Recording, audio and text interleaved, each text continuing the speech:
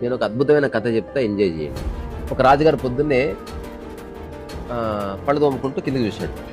చూస్తే ఒక కురూపి అంటాను చూసినావా, ఆ కురూపి కనిపించేది. అంటే ముఖం ఇట్లా ఇట్లా గుల్లలైపోయి ఇట్లా ఉండి ఇట్లా జొల్లగాడుతుంది. అది చూశాడు. చూసి డిస్టర్బ్ అయిపోయి రాజుగారు మొహం గడుపుకున్నాడు. ఆ తర్వాత వెళ్తుంటే ఎవరో వచ్చి చెప్పారు, మహారాణి వారు బాత్రూంలో స్లిప్ అయి పడ్డారు. మధ్యాహ్నం అయ్యేసరికి ఎవడో ఒక వేగు వచ్చాడు, మన రాజ్యాన్ని ఎవడో ఆక్రమించుకుంటున్నాడు.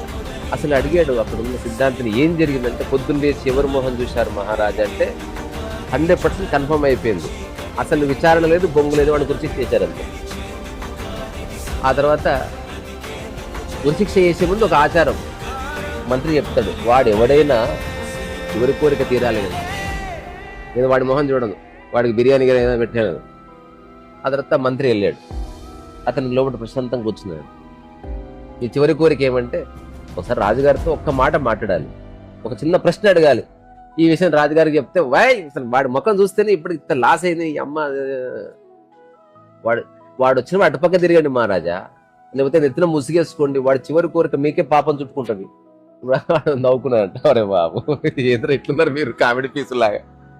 ఒకటే ప్రశ్న మహారాజా, ఇప్పుడు నా మొహం చూసినావు ఆ రోజు ఉదయం, నీకేమైంది? ఎవరిదో గర్భం పోయింది, ఇంత ఆక్రమించుకున్నారు, ఫైన్. కానీ అదే రోజు నేను కూడా నీ మొహం చూసిన, నా ప్రాణమే పోతుంది. ఎవరిది మంచి మొహము, ఎవరిది చెడ్డ మొహము, ఆలోచించి చెప్పు డాడీ. ఎక్సలెంట్ కదా. సూపర్. ఫస్ట్ టైం చదివినప్పుడు నాకు గూస్ బంప్స్ అది నిజమే. పాయింట్ ఆఫ్ వ్యూ ఒక్క దిక్కు ఉండదు, ఎప్పుడు రెండో దిక్కు ఉంటుంది. నువ్వు రెండో దిక్కు నుంచి ఆలోచిస్తే చాలా బాగుంటుంది.